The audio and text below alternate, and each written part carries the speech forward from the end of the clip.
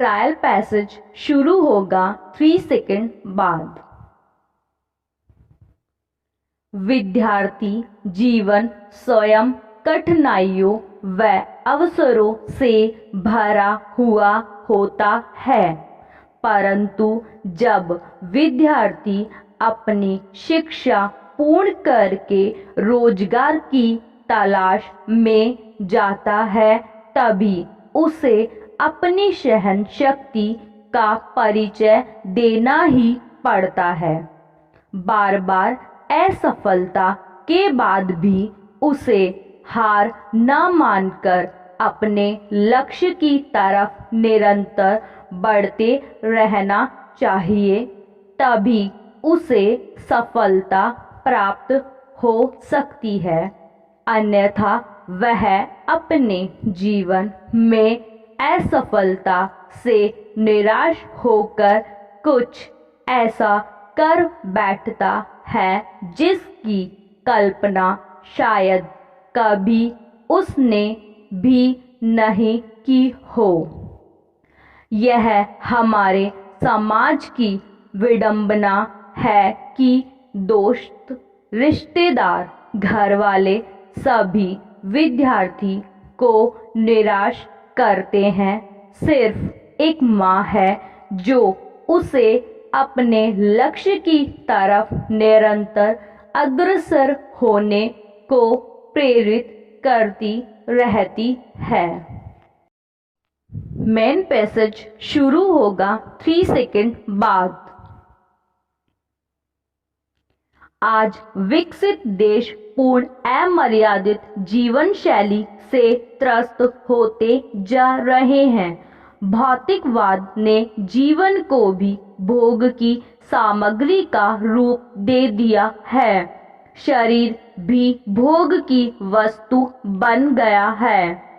प्रकृति और शरीर के सामंजस्य की बात वहाँ संस्कृति से बाहर जा चुकी है।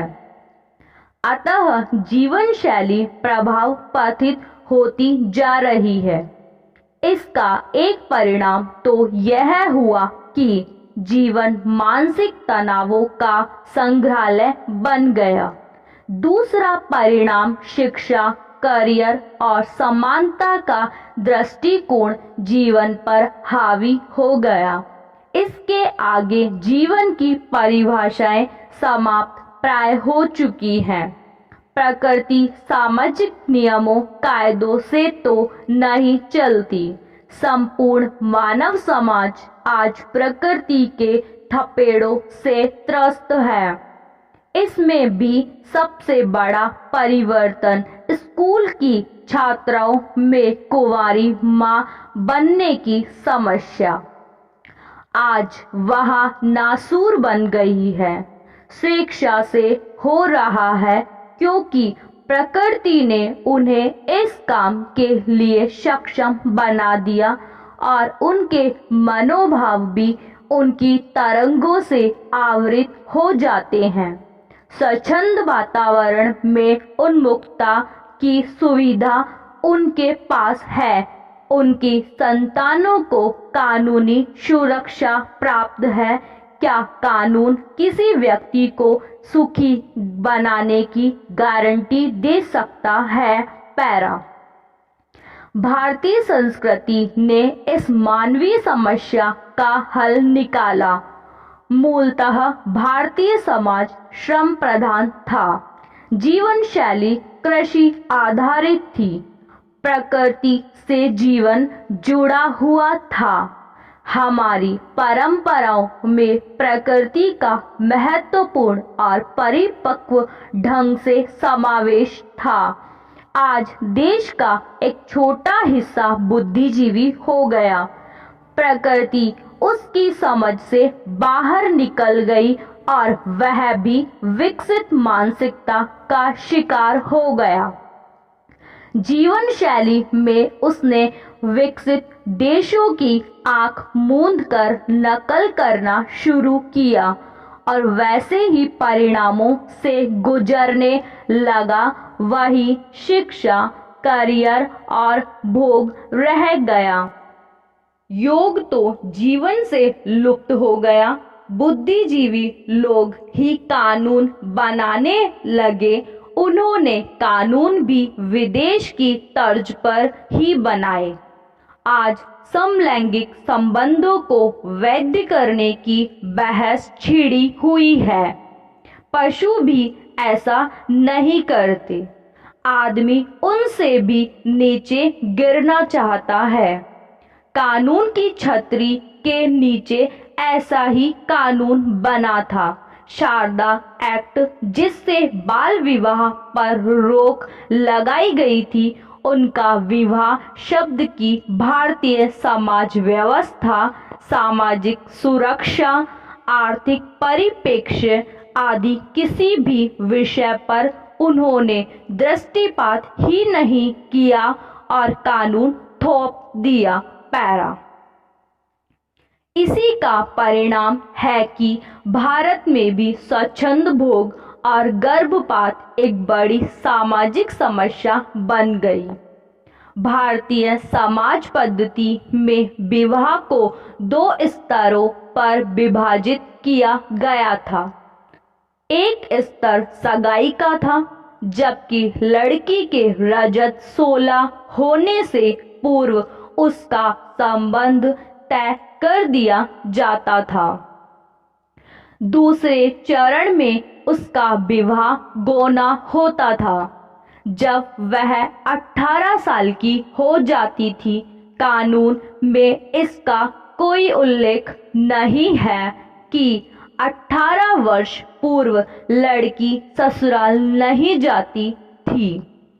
अतः सगाई को ही विवाह मानकर बाल विवाह का नाम इजाद कर दिया गया। आज का कानून भी तो 18 वर्ष की आयु को ही वैधता देता है। पैरा। आज लड़कियों के लिए लड़का ढूंढना और लड़की की पसंद से तय करना कोई आसान कार्य नहीं है। पसंद से तय किया गया विवाह अधिकांशतः सफल होता दिखाई नहीं दे रहा। लड़की स्वयं ही इतनी परिपक्व हो जाती है कि अनेक अवधारणाओं को नए घर के अनुरूप बदल नहीं पाती। शिक्षित होने के कारण अकेली जीने को आसानी से तैयार भी हो जाती है। परिवार से अधिक मोह उसे अपनी पहचान से होने लगता है। जिस आर्थिक शैली के समाज में यह परंपरा बनी है, वहाँ लड़कियों के लिए अन्य सामाजिक सुरक्षा भी नहीं है। शहरी शिक्षित समुदाय आज इस समस्या से ग्रस्त है। एक और माँ बाप लड़कियों को अपने प्रकृति मनोभाव दबाने के लिए मजबूर करते हैं। दूसरी ओर अवसर पाकर ये मनोभाव फूट पड़ते हैं। ऐसे में अधिकांशतः लड़कियां संस्कृति विहीन लड़कों की चपेट में अधिक आती हैं। उसकी कीमत माँ बाप और लड़की पूरी उम्र चुकाती रहती है। पैरा। जिस समाज में 2 विवाहों का रिवाज है, वहाँ लड़की को स्वतंत्रता है कि गौना हो जाने पर यदि उसे लड़का पसंद न आ जाए तो वह तुरंत तत्काल तलाक दे सकती है। दूसरा विवाह करना उसके लिए कलंक नहीं होता। उच्च वर्गों में यह सुविधा लड़की को आसानी से नहीं मिल पाती है। दूसरा विवाह तो लगभग असंभव है। ग्रामीण परिवेश में संपूर्ण समुदाय विवाह से जुड़ा दिखाई पड़ता है। सामाजिक उत्तरदायित्व का बोध दिखाई पड़ता है।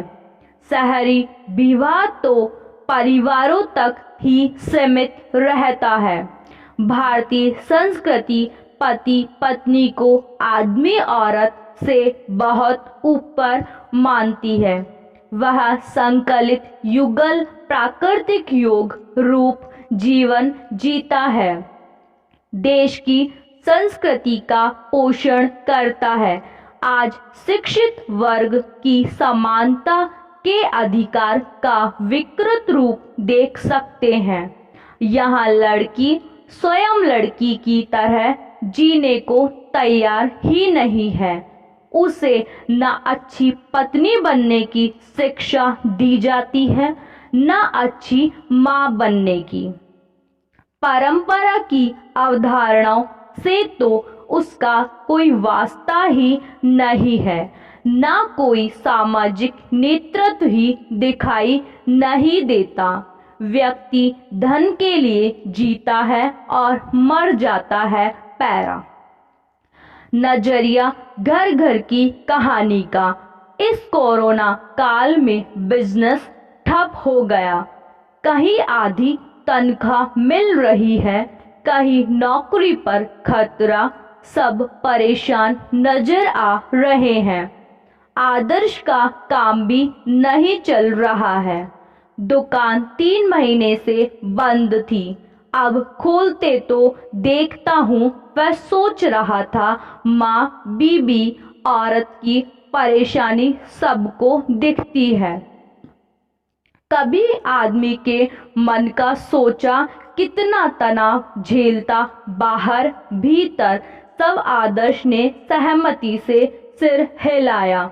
सच में वह दृश्य काफी भावुक व देखने लायक था कि कैसे आदमी, पुरुष व युवा विद्यार्थी परेशान होकर भी अपनी परेशानी को किसी को बता नहीं सकता पैरा। यह सब देखकर मैंने सोचा क्यों ना इस बात को समझने की कोशिश की जाए कि इस कोरोना काल में विद्यार्थी जीवन कैसा चल रहा है। जब पता चला तो मैं हैरान रह गया। छोटा बच्चे स्कूल ना खुलने से खुश हैं, तो युवा अपने भविष्य को लेकर इतना परेशान है कि एक इंटरव्यू में एक युवक ने कहा कि महोदय, कोरोना से नहीं बेरोजगारी से मरने का डर लग रहा है। कोरोना तो कभी ना कभी चला ही जाएगा, पर अगर इस उम्र में नौकरी नहीं लगी तो पूरी जिंदगी खत्म हो जाएगी। जब मैंने इस पर विचार किया तो पाया कि युवक सही बोल रहा था, क्योंकि युवकों के सिर पर नौकरी या बेरोजगारी का इतना बोझ होता है कि उसे अब कोरोना से नहीं, नौकरी ना मिलने से डर लगता है।